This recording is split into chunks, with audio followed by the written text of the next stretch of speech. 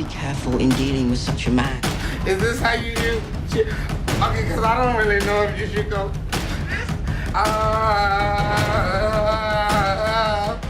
Let me show you what you're fighting for.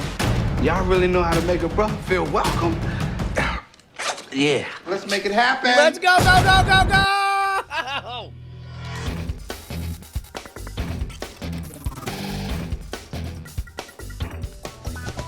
Welcome to Cordkillers, our mission to report the intel from the front lines of the cord-cutting revolution so you have the information you need to be able to watch whatever Martin episode you want, when you want, where you want, on whatever device you want. I'm Tom Merritt. Hey, man, I'm Brian Brushwood, and that same channel that did the... which channel is that, by the way, Bryce? The same channel that superimposed Martin Lawrence into Game of Thrones did the reverse. They did a George R.R. Martin intro based on the 1990s Martin TV show with George R.R. Martin acting wacky and all that stuff. Pizza Party FX is who that is. Well done, Pizza Party FX. We're going to talk about new ways to stream, new ways to watch, new ways to test your speed that will supposedly make you a better Netflix customer. I don't know. But here with an Australian perspective on all of it, joining us is Peter Wells, host of Day 6 on the Daily Tech News Show, and of course, man about the internet, writing columns and tech commentary all over the place, twitter.com/Peter Wells. How you doing, Peter? I'm not too bad, Tom. Thanks for having me, and thanks for having the lovely Penelope as well. She's going to be a special guest for the show just for a little while. She'll probably go to sleep halfway through. This is good. We've gotten a number of complaints that we are underrepresented in the 9-month-old demographic, especially for females, so I think we'll be good.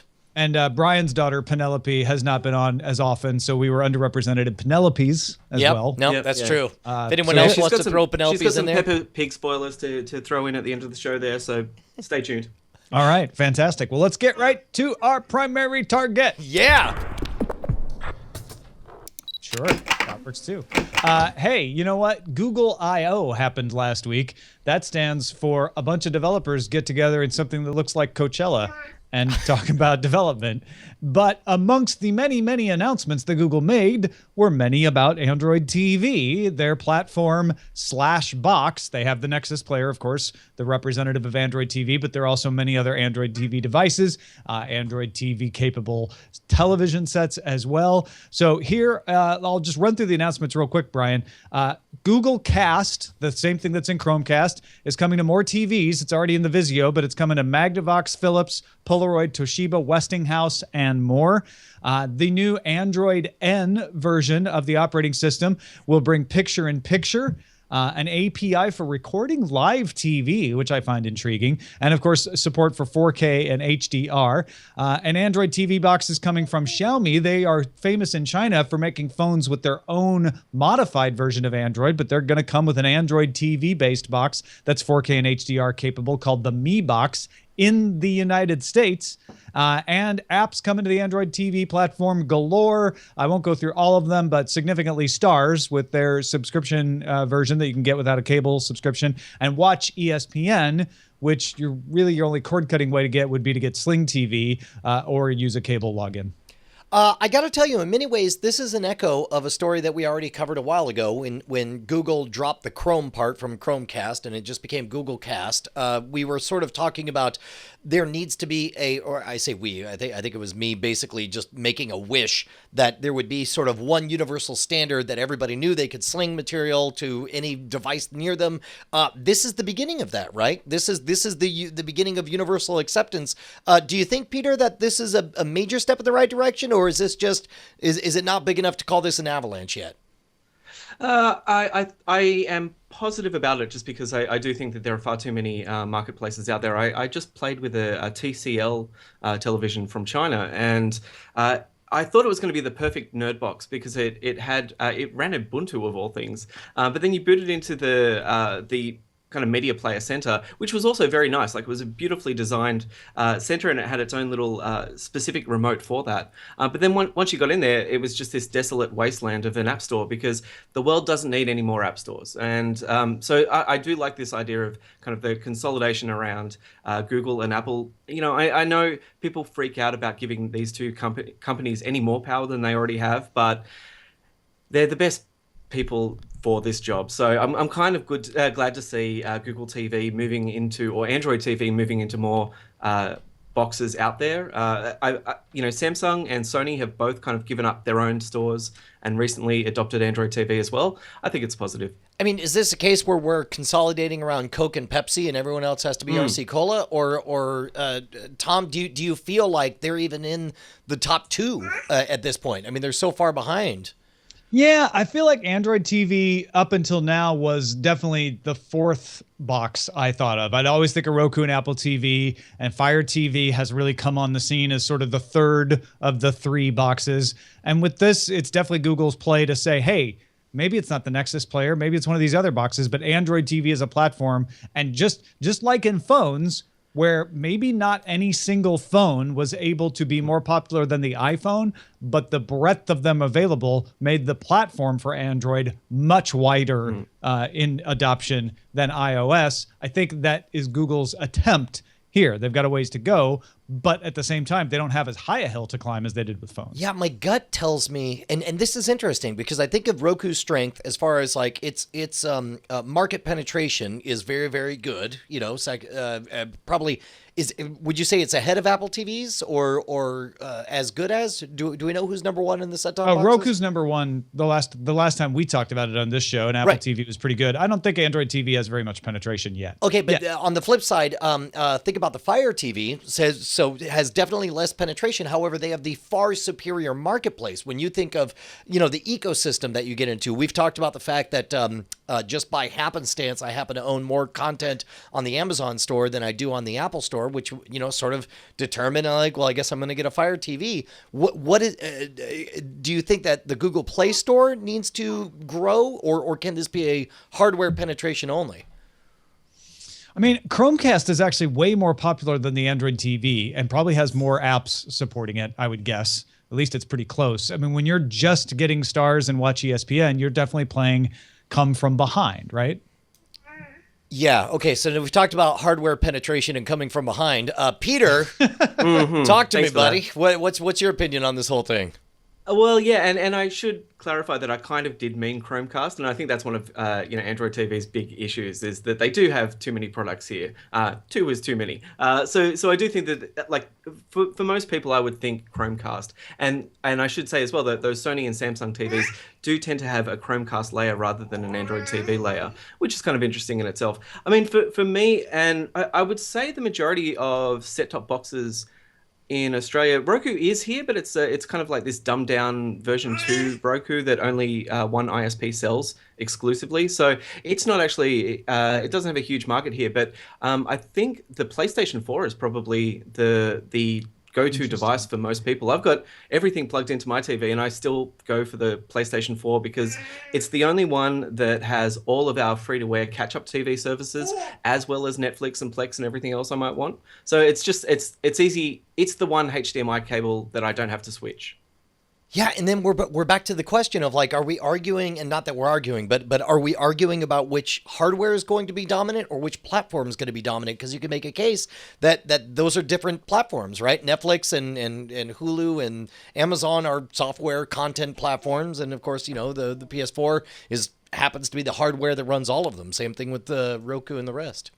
Well, and that's exactly what Google is counting on. They're saying, we're going to have a cheap version, Chromecast. We're going to come to market with that. We'll have an SDK. It won't really be an open standard, but it'll be open enough that people will easily want to interoperate with it because it's based on another standard. Then we'll come with Android TV, and we'll have a two-prong attack there where we'll have it available for people to make set-top boxes. We'll have a reference design set-top box with the Nexus player, but we'll also be working with television manufacturers to put it into TVs. I think what is interesting about Google I/O is you didn't get a lot of Android TV is now available as a smart TV platform. You got a lot of cast enabled.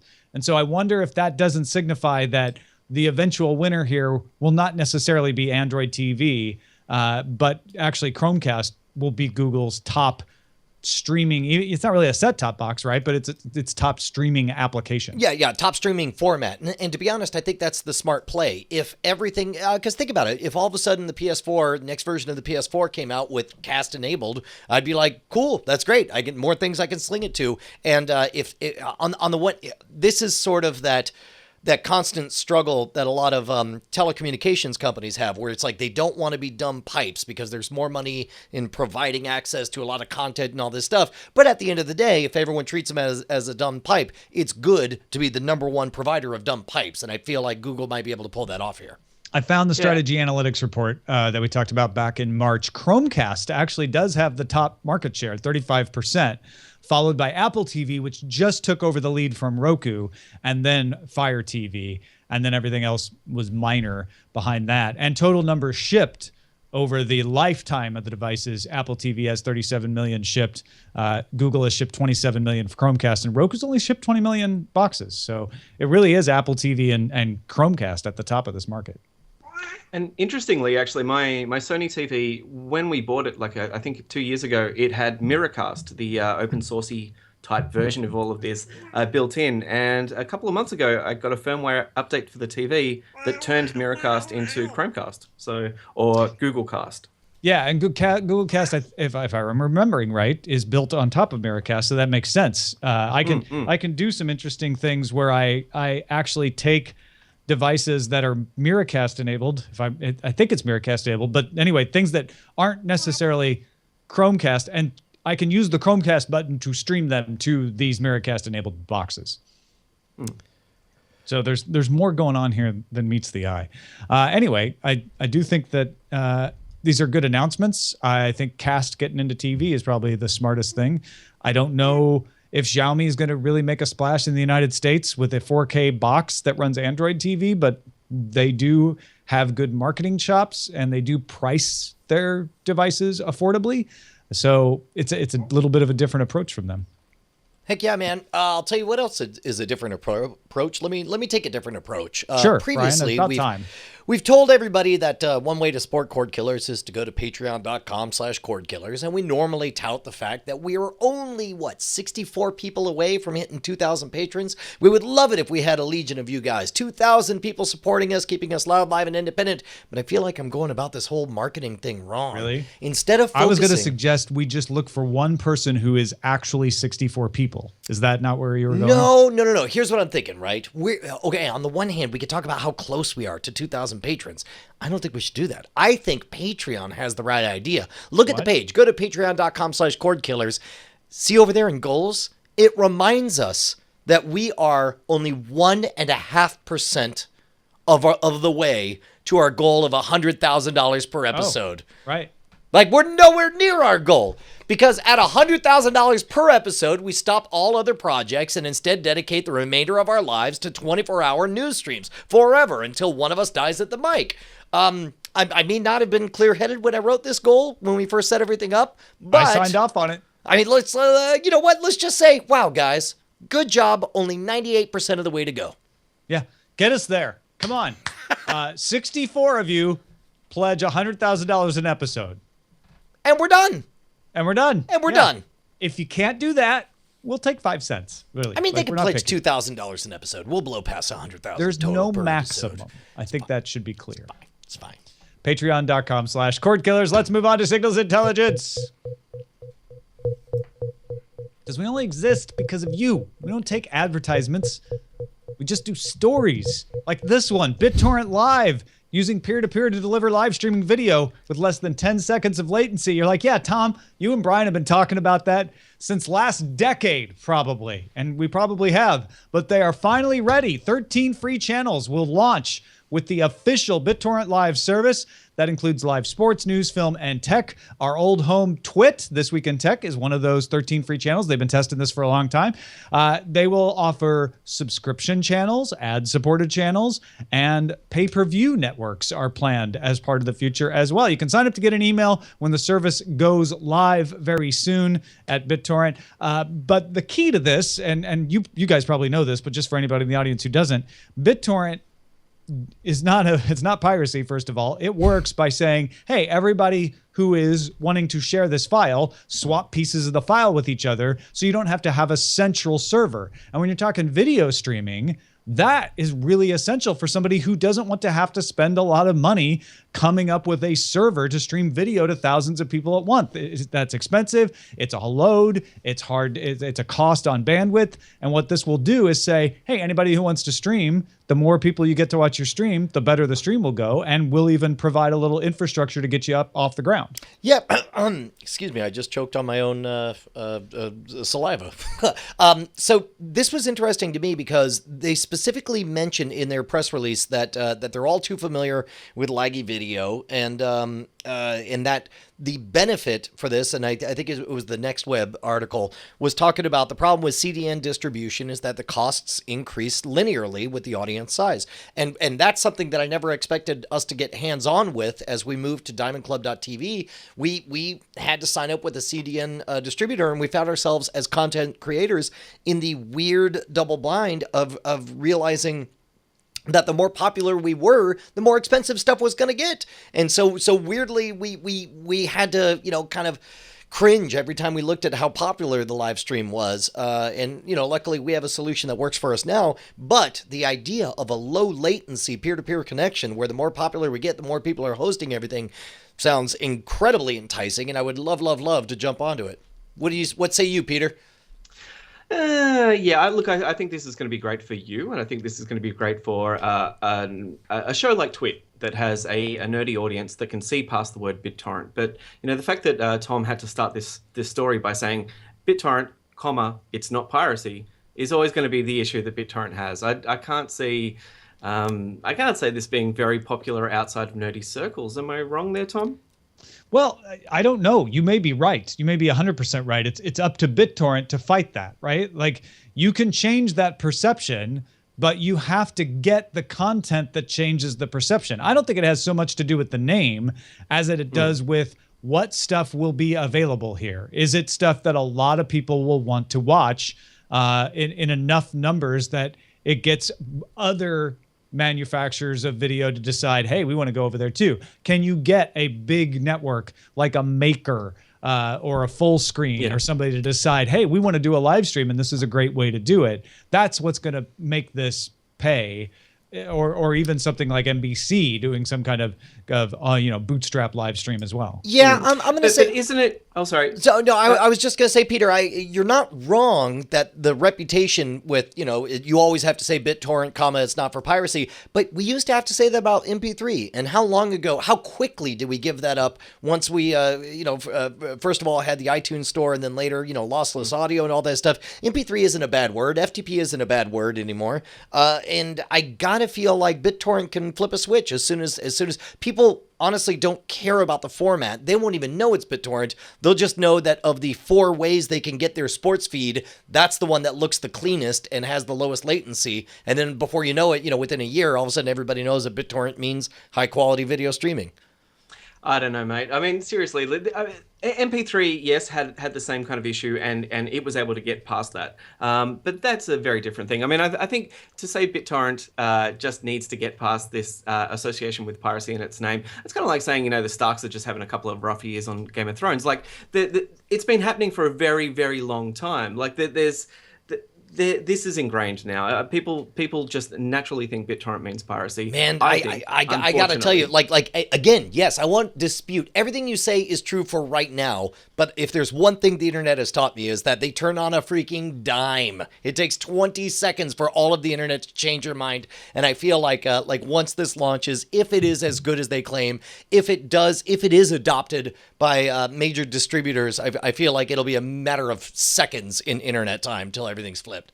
Yeah, I think their bigger issue that they'll have to surmount is, why would I watch it? Yes, it's available on Apple TV, it's available on Android, iOS, Mac, but what's there? What's there that I need to watch? For the masses, right? For people in this audience, there already is a lot of stuff there that they want to watch. But is there something that can get a lot of people coming to this? Or is this going to be like, kind of a secondary app that geeks know about? Maybe that's enough. Maybe it gets along that way. But I think they really need to get content that makes them popular. Otherwise, it strikes me as the popcorn box that they used to sell, the media tank box that was like, it did everything so much better than the Roku. But you know what the Roku had? Hulu and Netflix. So boom, that's why the Roku, which didn't have as much functionality as the popcorn media tank, That's why it was able to be successful where the Popcorn Media Tank wasn't. Popcorn Media Tank did all kinds of BitTorrent stuff too. So you've got to capture the imagination of people who don't even know what BitTorrent is. Maybe they've heard of it, maybe they haven't. But if they're like, oh, this has got this amazing new thing that I want to watch, or maybe it's enough niche things, like maybe not just Twit, but you get the Glenn Beck channel and you get this channel and this channel. So it creates a conglomerate of people buying it for different reasons. That could work. The name, on the other hand, I still think you can get past. I mean, you can name a professional sports franchise the Swans, and they can still get past that name and become very popular. That's fair. That's fair. I mean, we've been working at that for 100 years, though. Okay, so maybe it'll take 100 years for BitTorrent too. All right, we're not putting a timeline on this, Peter. Okay, then. By the way, a bit of trivia in the chat room. Kemp from Chicago said, yeah, like when Kentucky Fried Chicken changed their name to KFC, a lot of people think it was part of this false claim that they said that they were going to be more healthy. The real reason was because Kentucky passed a law saying that people had to license the word Kentucky. That's why the Kentucky Derby became the Race for the Roses at the same time. Then they went back and they took it back. Anyway, trivia minute over. Let's move on. It's time for Kentucky Gear Up. No, don't go. No, Tom. All right, I separated this Nvidia Shield update away from the Google I/O stuff because even though it runs on the Android TV platform, Nvidia does so much else. They're already providing you 4K ability, HDR capability, and they have a software update. Does come along with Google I/O. So free update for version 3.2. You not only get HDR, but you get Netflix HDR10. Not Dolby, but it still beat Roku 4 to the HDR version of Netflix. They have the Vudu app with 4K. They have 4K 60 frame per second streams from YouTube. You also get Spotify now, which is also coming to Android TV, so it's just kind of part of that. But I think the big one that really got a lot of people's attention is the ability to stream HDR-capable games from a PC that, of course, uses the new NVIDIA GTX 1080 video card to the Shield. So you could have your PC in one room with the HDR-capable game and then use that 1080 to stream to the Shield, which would then be able to show it on an HDR-capable television. So we talked about this very briefly before the show, and I guess I'll kick it out to the engineers out there, or maybe you could translate this for me, Tom. But in my mind, I just assumed HDR was an easily scalable thing, because in my mind, and keep in mind, I have not seen 4K HDR yet, but I would imagine, the brights are brighter, the darks are darker. It seems like the kind of thing that could be similar to the 120 hertz upscaling that we saw in a lot of televisions that made it, the so-called soap opera effect that made it look too good, too crisp. Is that not the case with HDR? Can you not upscale old content automatically? Does it have to be actually written on there? And I'm sorry to throw you a technical question. It might be that none of us actually know the answer here. Basically, yeah, you can do upscaling, but it's upscaling, right? It's the difference between shooting something in high def and upscaling a DVD to high def.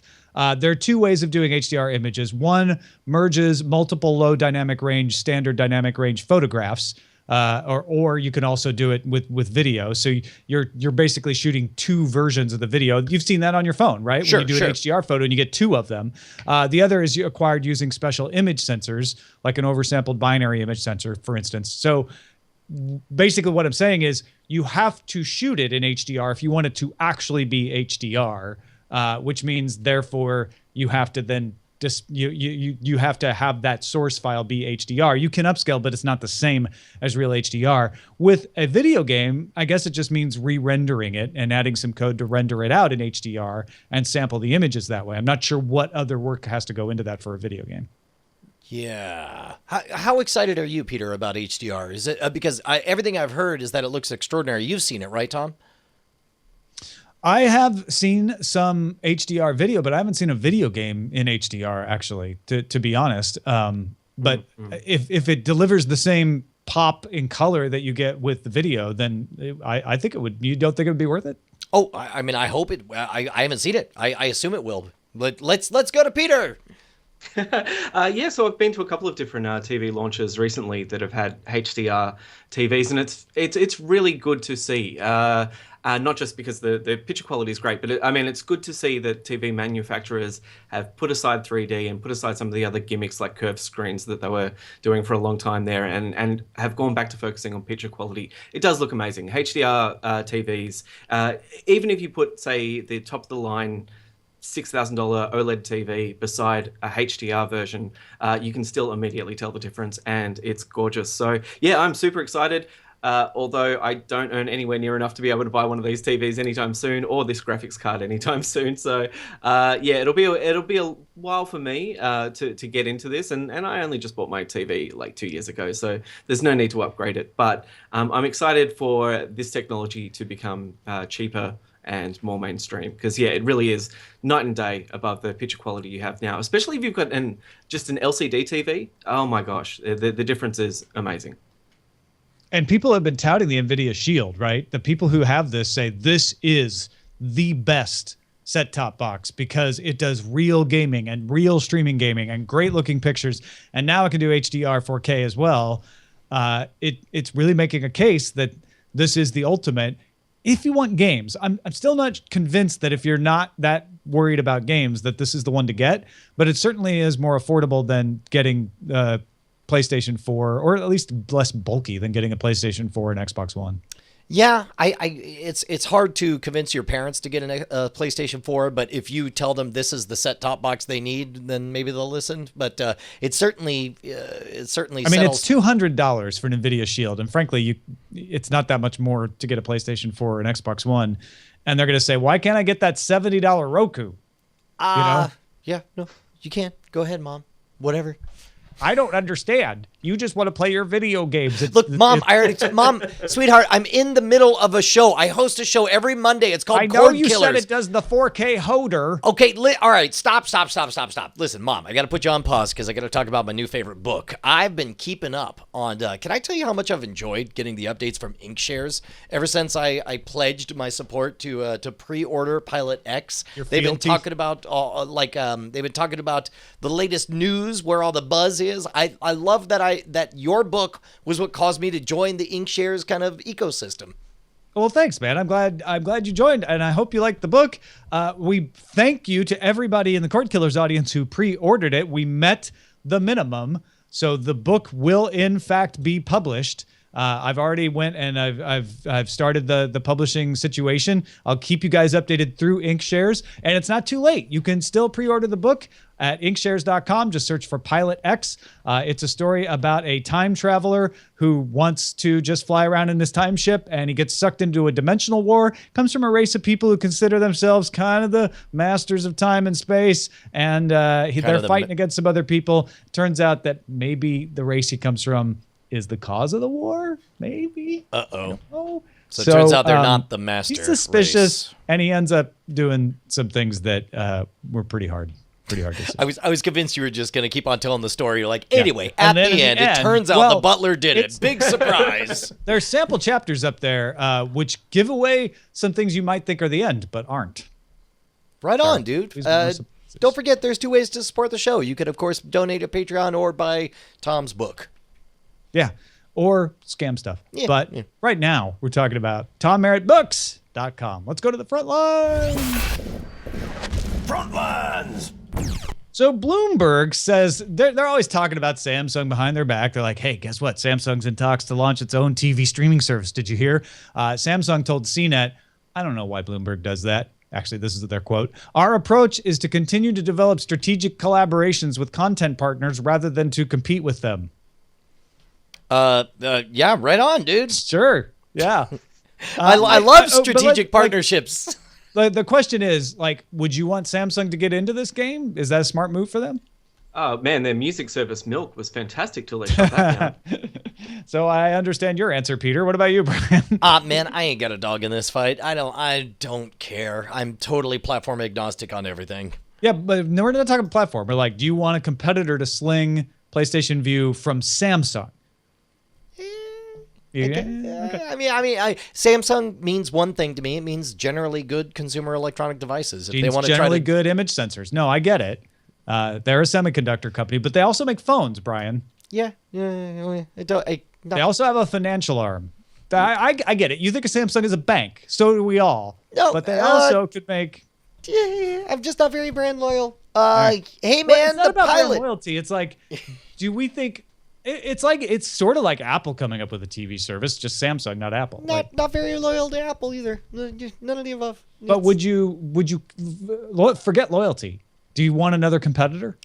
Yes. Okay. All right. Now you're talking my language. Yes. More people fighting. We all win. Okay, good. Hey, man, the pilot of the video adaptation of Robert Kirkman's Outcast comic book is streaming on Facebook Live in Europe. Fox has the rights to 61 countries outside the U.S. and is using Facebook Live to promote the show. It's on Cinemax in the U.S. The show begins on TV June 3rd. Facebook Live finally got its big pilot stream. Do you think that's it? That's their killer app? Do you think finally everybody's going to love pilots on Facebook before? They just weren't on Facebook Live. All right. What makes this live? Can we time out real quick? Like, anyone who's used Facebook for exactly 5 seconds can tell Facebook really has a hot for video, right? Whether they're shoving you auto plays down your throat or automatically taking someone live the moment you go on Facebook.com. Is any of this going to take? Is this going to be the straw that suddenly, breaks camel back? We're like, oh, I'm sorry, I woke up today and realized that I do love video on Facebook. Peter? I used to like when Facebook first introduced those auto-playing silent videos. I thought, God, this is actually really well done. This is clever. I didn't think I'd ever like an auto-playing video, but there it is, and it's not too bad. Now I avoid the Facebook app like the plague because it just. There's something about scrolling through and just seeing the first 3 seconds of just so many pointless videos that it just my brain can't handle it anymore. So I'm actually finding that Facebook's love of video is turning me off the service that I didn't even use all that much anyway. Like I still use Messenger, and thank God that is broken out into its own separate app. But I just can't stand the wasteland that is Facebook at the moment. By the way, this just in from Facebook. I have 99 new notifications, 11 pokes, and 13 group invites. Ooh, valuable stuff, Facebook. Yeah, Thanks. Netflix launched a valuable thing, a speed test called fast.com. It loads as soon as you visit the URL. By the way, they also got slow.com. And it gives you a report on your download speed with a link to compare it to speedtest.net. So it just does download, does it really fast, just gives it to you right away. Site's Fact says that if consumers aren't getting the speed they're paying for, quote, you can ask your ISP about the results. So it's marketing, right, Brian? Yes and no, but it's also customer service, right? Because on the one hand, this is fairly extraordinary to me that a content company would pay because look, it was a pretty penny to buy fast.com and slow.com and create this new service to compete with the universally beloved speedtest.net, and basically all of which to essentially sell the message to home customers that it's like, yeah, dude, speedtest.net has servers at your ISP. Of course, they're going to say you have a bazillion megabits per second. This is we're Netflix. You're on the internet to get our content. Here's servers at our place. Here's how fast you get here. If you have a beef, take it up with AT&T or Comcast or Google or anyone who's not us. Like, I want to see more of this. I want to see YouTube have one of these. I want to have every content provider that I care about that I've ever had to endure the choke of a buffering moment, put one of these up so I can know exactly what I'm reaching so I can take it up with my provider. Peter, what about you? I'm still shocked that you think speedtest.net is beloved. That's bizarre. Well, I mean, it's certainly number one. Everybody uses it. Everybody uses it, but it covers its ads in it covers its site in ads for things like MacKeeper, which do not install MacKeeper. It does nothing. I work in IT. Trust me. Anyway, look, I mean, I think this is very cool. It's almost heartbreaking, though, when I sit at work and see just the speeds I get on our incredibly fast pipes at work, and then I come home and see the pathetic little speeds that I'm dribbling down. It's really sad. But, Netflix still plays for me. It's not in 4K, I tell you that, but it still plays. I'm sure Netflix is getting a little referral money from Speed Test too for that link. I'm going to be honest, because there are much better speed tests out there that you can take advantage of. And fast.com is very basic. It's not giving you ping and latency and all that stuff. This is just telling you really quickly, this is your speed. And I think it's useful for that. At the same time, like, I don't think we need everybody doing this, Brian. Like, this is fine. This is it. Everybody just use this. All of a sudden, you got your number. I mean, I'm going to say as long as I'm getting different experiences on different services, I would like to see each service give me a factual report on my connection speed to their servers. But that's not what this is. I was under the impression... This is just a speed test to the Akamai servers. Wait, so you're not, it's not really useful to say, what's my speed to HBO, I don't think.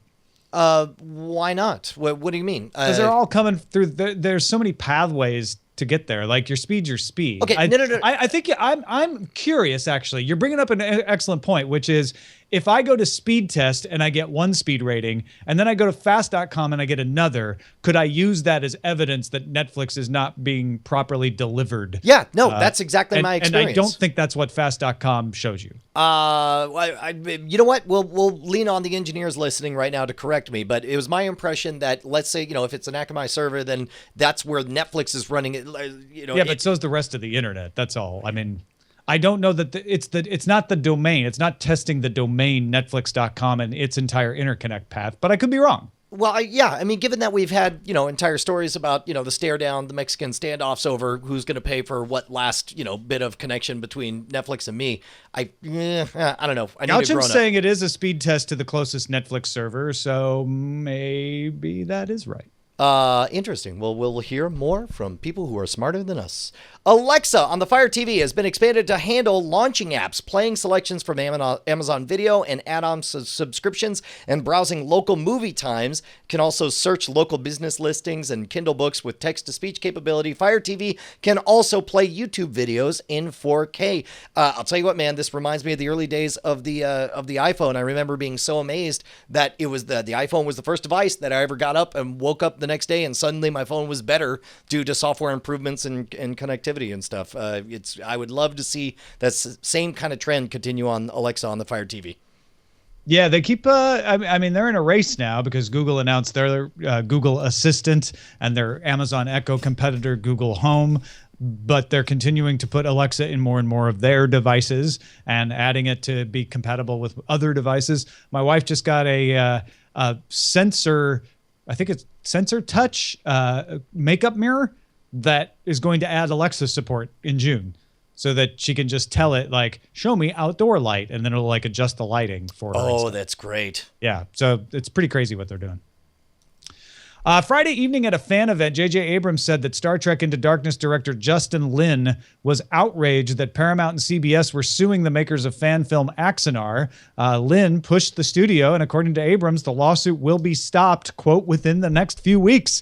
CBS and Paramount did tell BuzzFeed that the studios are in settlement talks. Axanar's executive producer Alec Peters was in the audience at the Abrams talk and said, yeah, I heard new fan film guidelines will be handed down in the next few days. Peter, does this warm your heart? It really does, and it doesn't surprise me either that JJ is involved in this somehow. I think that if any franchise knows how powerful fan fiction is and how powerful fan edits are, it is Star Wars. Those first couple of movies were I know, but he's got a finger in both pies. So I think this is kind of, I know I'm kind of crossing the streams here, but I kind of feel that like JJ's influence here kind of helped this along. I don't know. Yeah, look, I think any major franchise like this must know that when people are remixing your work, it means they love you, and please just let them do it. You know, it's funny. I corrected you saying Star Trek because I was thinking about its long and storied history of all kinds of fan running spinoffs. But the moment you corrected me, Star Wars, of course, has seen that. You know, I remember watching Troops back in the day, the Cops parody, and so on. So yeah, both of those properties I think come from a very similar place. And I think what caught Paramount's attention with Axanar was the Kickstarter making some money. And I think that's just a new reality that they have to deal with. They had to deal with the reality of the internet, and CBS used to squash fan sites all the time, and then they stopped. And then they were actually embracing things like Star Trek New Voyages for years. And now I think they have to realize that, wow, you know what? We need to realize that you can do crowdfunding, and that's not necessarily a bad thing. We just need to have more flexible rules for that says, okay, well, if you get to a certain threshold in your crowdfunding, you need to pay us a license fee, and I think that's fair. Yeah. Charter's acquisition of Time Warner Cable and Bright House Networks is serving a total of 25 million customers in 41 states. Charter paid $55 billion for TWC and $10.4 billion for Bright House. Charter told Bloomberg it will phase out the names Time Warner Cable and Bright House Networks. Under the conditions of the deal, Charter can't do usage-based pricing, data caps, interconnect fees, or make TV exclusivity deals. My only suggestion is that while you're at it, why don't you phase out the word Charter as well? Literally, get rid of any name associated with any of these properties. You'd probably do better. Welcome to New Thing. Yeah, no, I'd subscribe to New Thing. That's not like the old thing at all, right? Peter, I know this is all U.S. stuff here, but do you look upon this from Australia and fear our consolidation? No, we're worse. We're far worse. We've got one cable company, Foxtel. That's it. I mean, there are other slight variations of things out there. You can get like Fetch TV and stuff like that. But really, if you want cable, you buy Foxtel, which is why very few people buy cable in this country. Well, there you go. We could be worse. Could be worse. We could be Australia. But we could be better. We could have Australian beer. So there you go. It all balances out. Let's see what's under surveillance. Not like real estate. It's all about location. Under surveillance. This one worries me, you guys. Frank Spotnitz has left Amazon's The Man in the High Castle. Production has been relocated to the West Coast. Amazon says Spotnitz will remain as executive producer on the show and, quote, his responsibilities will be managed by our deep and talented bench of producers. So not only is he leaving and they're relocating production, but they're not replacing him with anyone, it sounds like. Yeah, but they're also keeping him on as executive producer? I think that's just a title, Sav. I think that they're saying his responsibilities will be managed means he's out. Yeah, it does sound that way, doesn't it? I'm trying real hard to put a positive spin on I know. this. I admire that. I do. I want you to be like comforting me at this time because I don't want this property to get messed up. And I know Ridley Scott's still involved in it, so hopefully his hovering presence will make sure it stays quality. But Peter, do you watch Man in the High Castle? Is it worth me getting into? Because I only saw like the first episode, and it didn't really grab me. Is it worth soldiering on? I love the first episode. I'm still only 3 or 4 episodes in. They introduced a rather cartoonish bad guy around 3rd or 4th episode, so I've paused. But Tom plowed right through it, and you enjoyed the rest of it, right? Yeah.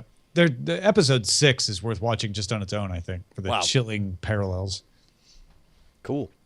We got a teaser for the new Star Trek series on CBS All Access in January. I mean, I say teaser. It was really more of a PowerPoint slide. They definitely played that logo animated. Yeah. But what's better to watch is a new trailer for the movie Star Trek Beyond, which is a much better trailer than their first trailer. Also, CBS All Access will feature a spinoff of The Good Wife featuring actresses Christine Baranski and Kush Jimbo in spring 2017. So now we have 2 originals coming to CBS's online-only service. Yeah, is The Good Wife, and I'm speaking from the outside here, but does The Good Wife have nearly the kind of clout that Star Trek has? Like, is there a community clamoring for more Good Wife? I hear a lot of people talk about The Good Wife. Do you, Peter?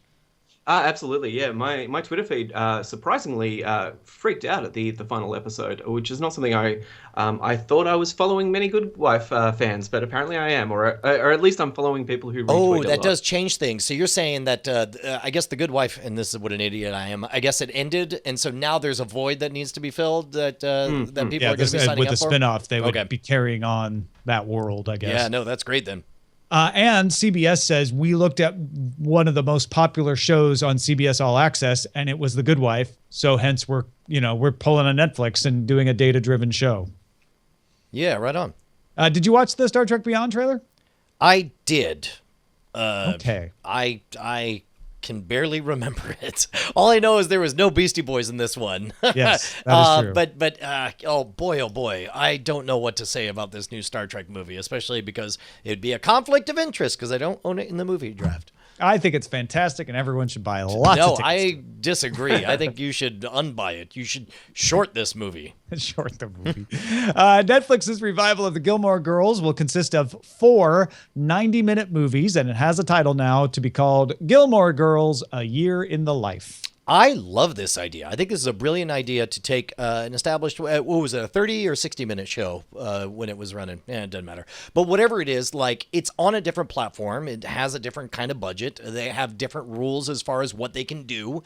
So yes, give it a different format as well, so that it it fits. What they want is the characters and the situations. I wish they had done this with Arrested Development. They had a very small window there to film that. So if they had actually just focused on a very short movie-length episode rather than the season 4 that we got, it might have been better. Yeah, I think maybe they learned from Arrested Development and said, okay, well, if we only get the actors for a limited amount of time, let's try something different. Yeah. Yeah. Netflix and Univision are co-producing 2 new series and a movie. The movie will be about Mexican drug pin El Chapo, and in return, Netflix is letting Narcos air on Univision. So is this the new gold rush that we're going to see? Is because it's not like El Chapo's estate can demand a cut of this stuff. They can't say like, "Whoa, man, you didn't get permission from our estate for his amazing criminal exploits."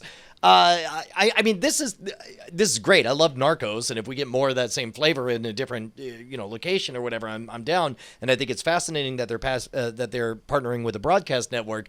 But I am also equally fascinated with the question of the legality of rights. Well, I mean, it's a based on a true story, so I don't know if the rights really matter. Yeah, but I could do based on a true story of Tom Merritt and tell a whole story, and you would have a claim to say, no, you can't do that without my permission. No, I can't. If that's the case, why does anybody pay for rights ever?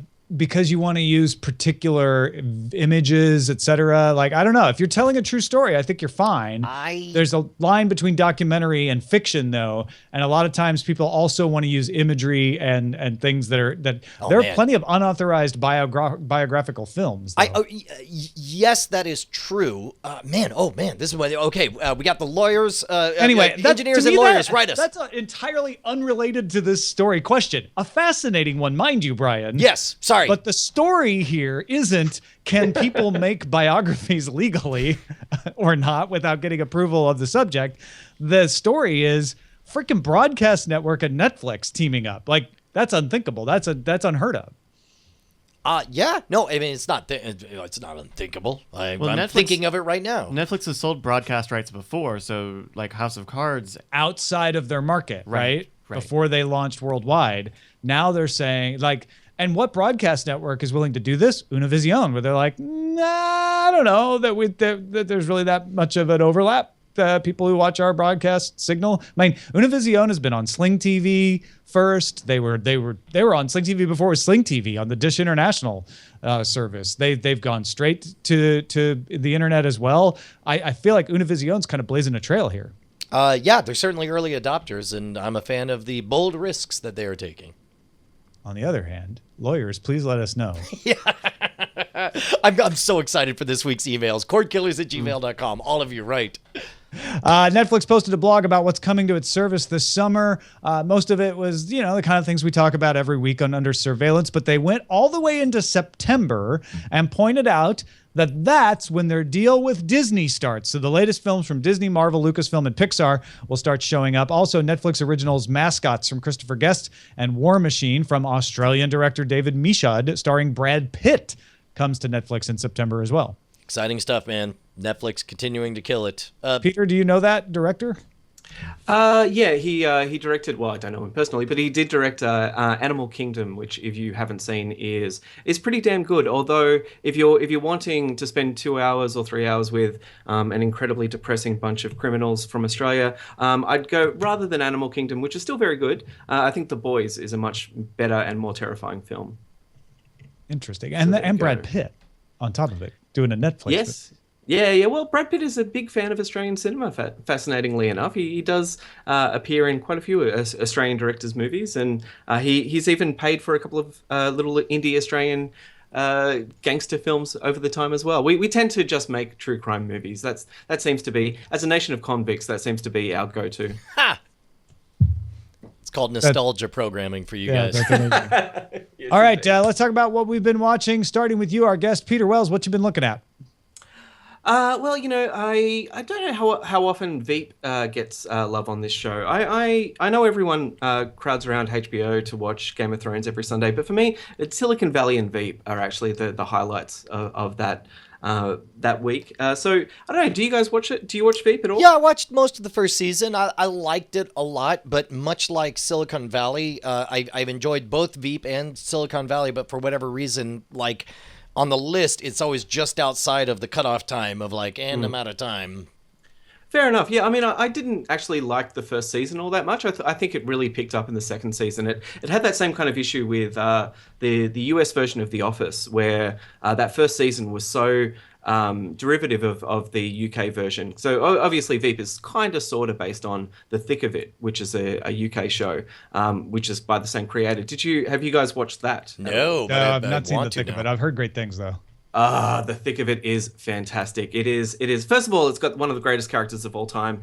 Peter Capaldi, the new Doctor, plays the most foul-mouthed man that has ever been filmed, and his swearing is incredible. I'm a very big fan of creative swearing. He does this better than anyone else on the planet. It's incredible. You have to watch The Thick of It. It gets much better than that, by the way. It's not just for the potty mouth that you tune in. There's if you're a fan of politics at all, it's like it's just as brutal as House of Cards, but it's completely comedic the whole way through. So incredible show. And Silicon Valley, I've been watching as well. Are you all the way caught up? I am, yes.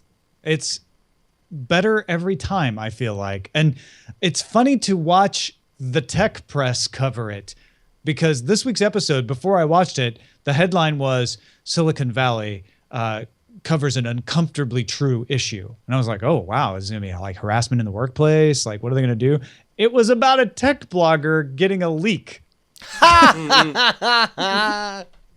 I kind of feel like the headline might have been self-consciously like, poking fun at itself. But yeah, it's a good show, and it really gets the gestalt of the tech scene in the Bay Area really well. Also, I've been watching Orphan Black, which surprises me in how it's able to maintain its quality, how Tatiana Maslany continued to do new clones and still pull them off in a way that makes me forget that she is the same actor doing all of these.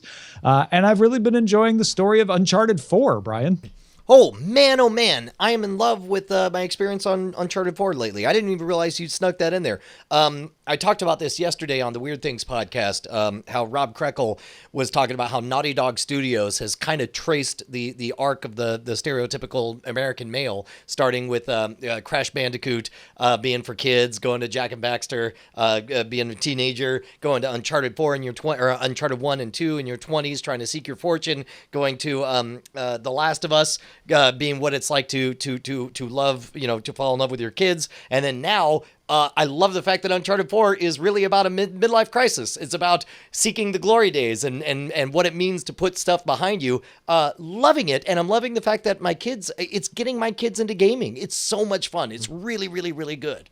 And I took a tip from Rob Krekel, and I did Explore mode, which is like the super easy mode, because I just wanted to enjoy the story. And you still get to play, but you don't have to stress out about the play. The playing is just getting you from one point of the story to the next. And I find myself just sitting there like watching it like a TV show. It's great. Oh, and it stands alone as a television show. Definitely. And it's like, it's good that you have a little bit of interactivity, and yeah, you need to move this way and that way. But like I put on all the, normally I'm very diligent. I'm like, no auto aiming, no this, no help. Don't put, I enabled all of that because I intended to sit down and take my kids through this adventure, and they're loving it. We're all experiencing it as a family. This is so good to hear, because I only had an Xbox in the previous generation, so I missed all of Naughty Dog stuff. So I'm just catching up to it now, and so we bought the Uncharted collection a couple of months ago, and we've only just started playing it now. But yeah, my wife and I just take turns playing a couple of chapters at a time. And one person will play, the other person will watch, and it's been so fun to see Nathan Drake's kind of. I can only imagine the total experience that you're getting. I mean, this has to be like a month or two of your life is going to be just spent in this world. What a rich experience you're going to have going into Uncharted 4. Now, so Brian Brushwood, what have you been watching? All the usual suspects, Game of Thrones, Justified. I did watch a little more Daredevil. I'm about halfway through the Elektra arc. I I don't know that I have much to say to take it over in spoiler in time, outside of just say I'm surprised to find every moment of Elektra with myself wondering, when are they getting back to the Punisher? What's Frank Castle doing as he sits in a hospital bed? Which again, not to say anything bad. I just think like when you see the Elektra bits, it makes you realize how good the Punisher bits are. And also I watched a friend of mine, CJ Johnson, had gotten a hold of a super, super low budget movie. And when I say low budget, I mean seriously, like the budget is probably $20 in a taco.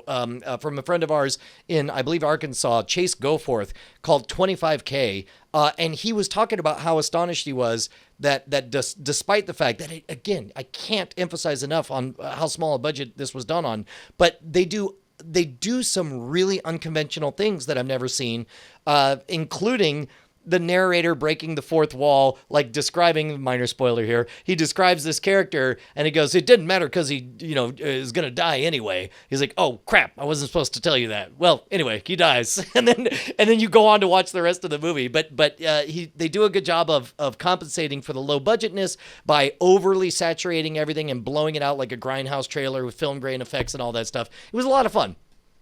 Awesome. Before we move on to our dispatches, Bryce, what have you been on the lookout for? Hey, first off, I've got an update. The show that we've recommended previously, Bloodline, is got its second season coming out this Friday. This is the sort of dark suspense drama about a family in the Florida Keys who commit this pretty heinous crime, and it looks like season 2 is going to occur sort of right after that. And how the community will try to get them. I never thought Coach Taylor would do that. So that's coming this Friday. But this week I want to recommend, shout out to Tom DeGassa, who reminded me about this on Twitter, Lady Dynamite. This is from Mitch Hurwitz of Arrested Development. Oh my God, what's her name? Pam Brady, who was a producer for South Park, and Maria Bamford stars.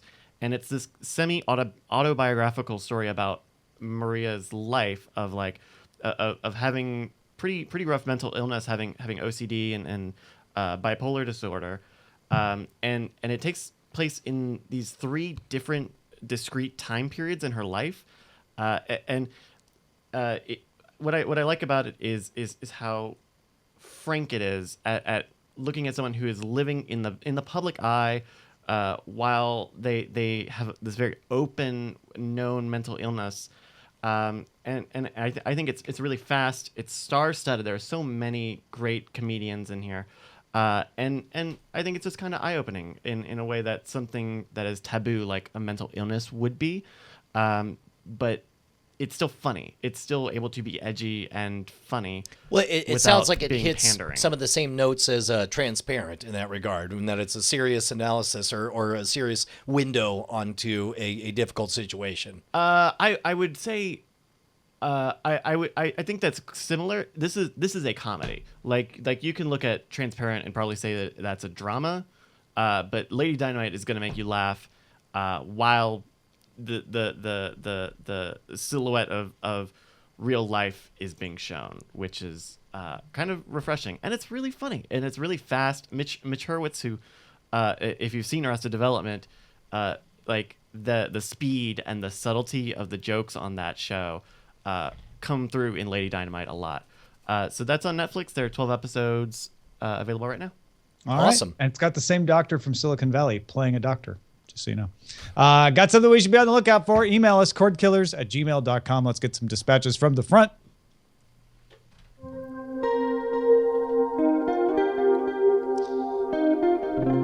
Chris from Sometimes Sunny Bristol wrote and talked about the wealth of content that the BBC has on its iPlayer service since it launched in 2007. 10 broadcast TV channels, 9 years of content, 89-year back catalog, Doctor Who, Top Gear, Blackadder, etc. Chris says, I would gladly pay for this extra service on top of the license fee, which is currently priced at 2 Netflixes a month. I just hope they open this up to international users so that my family in Nebraska can access their favorite soap, EastEnders, EastEnders without the use of a VPN. Oh my God, you just took me back to 7th grade watching reruns of EastEnders on Super Channel on still cable going, television. too. That's amazing. Will O'Mara writes in, says he has 2 things that he wants to share with you guys, but apparently Will only copied one of these over. Number 1, I think it's very possible that soccer will take over the top spot in the U.S. sports solely because of the way it has embraced the internet. Baseball became the most popular sport in the country when it began to be broadcast over the radio. Football took over when it embraced television, while baseball refused to go near it. So it would be no surprise to me if soccer takes over in half a decade just because it embraces broadcasting over the internet. I like that take. I like the take. I'm not sure that it's embracing it better than baseball necessarily, and that may just be my own prejudice because I like baseball. Because soccer matches are still blacked out for me, but internationally it is. Peter, I'm curious, like, what sports are doing it right on the internet in Australia? None, I would say. Yeah, it's a real shame. I mean, the AFL has a decent app. The AFL is miles ahead of everyone else, I would say, just in terms of it has all the cash because it's the most popular sport. Sorry, so it does tend to be a little bit more cutting edge, but the app is pretty terrible. We've only just started actually broadcasting in HD our games, which is nice finally to see HD sport. But yeah, no, it's a bit of a shame. It's a bit of a mess here, which is why I still go to the game most often. Okay, for this next one, we don't have confirmation that this actually occurred, so I'm going to leave off the name of the company. And I was going to leave off Will's name, but we kind of gave it away when we said he had 2 things. Oh, I didn't realize I saw them in separate things. I don't think it matters that Will is telling us this. Okay. As long as we don't mention the company name, because he could get, I think he could get somebody in trouble. Will says that his cable company called to upsell them and said, I can give my login to friends and family so they can log into network sites. He even went on to tell me that I could sell my login to people to offset the cost. He said his friend sells his login to 2 people and it covers the cost of cable. Man, I knew they were desperate for subscribers, but I never thought that they would actually tell me to do something that is against their terms of service just to convince me to subscribe. I would love to know, and there's no way I'll ever know for sure, but I would love to know if this was some kind of wink sales meeting, like hit the quotas. I don't know if you were to say that, I couldn't stop you. Drugs on the table, man. We just need to hit those numbers. Yeah, that's crazy. This actually reminds me. I had to call up a ISP provider once. I won't say who. To get my line checked, and while I was on the phone to them, the lovely engineer that I was chatting to, he was like, "Well, while I've got you here, is there anything else you've got questions about?" And we kind of spent a couple of minutes chatting, and then he was like, "Hey, would you want me to check if your ports are being forwarded correctly on your torrenting program?" And he logged into my computer and he checked all my ports and he was like, "Yep, you need to change this, but now you should get top speeds." So this was a very long time ago. I was at university. I would never do these things these days, but I just thought that was an interesting anecdote. Butter me up. Yeah, for sure. Rich writes us saying, "Hi, Brian and Tom. I just wanted to congratulate you 2 on your podcastawards.com nomination. You don't understand what a privilege it is to be nominated alongside both of you." Oh, here we go. A fellow competitor. I've been listening to Tom since the CNET Studios and Brian since Frame Rate. Cordkillers is my Tuesday commute. You guys, along with Scott Johnson, inspired me to start to talk my famous friend, Jarrett Reddick, lead singer of Bowling for Soup, holy cow, to start a weekly movie review podcast with a twist late last year with me, and it's been quite a ride. Best of luck to you guys. Rich Coleman, and we'll give the plug, JarrettGoesToTheMovies.com. That's JARET, goesToTheMovies.com. Number 1, thank you to everybody who nominated us. And of course, you'll be able to vote at podcastawards.com. Number 2, what a great business podcasting is, where that's the first thing you think to do is to write somebody else and be like, "Hey man, how rad. What an honor. We're like both go up for the same award." How cool is that? Yeah, no, that's fantastic. Rich, congratulations to Jarrett Goes to the Movies.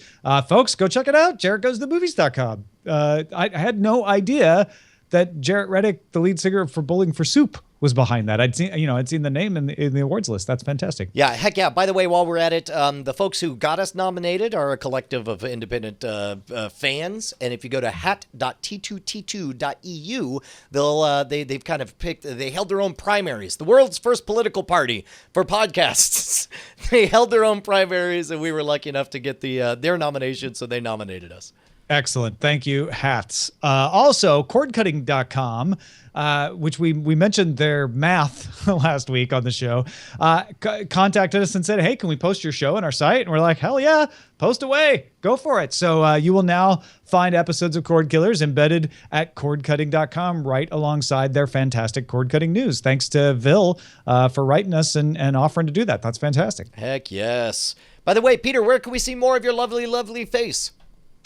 Well, hopefully in better lighting most times, but you can go to twitter.com/Peter Wells. That is the easiest place to find me. I'll link off to all the stuff that I'm doing. And yeah, there's a terrible tweet at the top of my page right now, but just ignore that. Anyway, yeah, head on over there, follow me there, and I will chat to you. Our website is cordkillers.com. Our email address is cordkillers@gmail.com. We're live on diamondclub.tv Mondays at 7 p.m. Eastern, 4 p.m. Pacific, except next Monday. It's a holiday in the United States, so we'll see you in 2 weeks' time, mis amigos. Adios. Hey guys, Tom and Brian here. We just wanted to say thank you to all of our $5 patrons who keep us loud, live, and independent. You guys make Cordkillers the production that it is. Your name appears in the video credits and appears in our hearts. And if you'd like to become one of them or see who they are, you can go to patreon.com/cordkillers. You'll need to do more than just go there, though. You'll have to sign up and, pledge an amount. But unless you just want to see who they are. Well, I mean, you could gawk. That's a little creepy, isn't it? If you want to be a gawker, let's go. It's up to you. Diamond Club hopes you have enjoyed this program.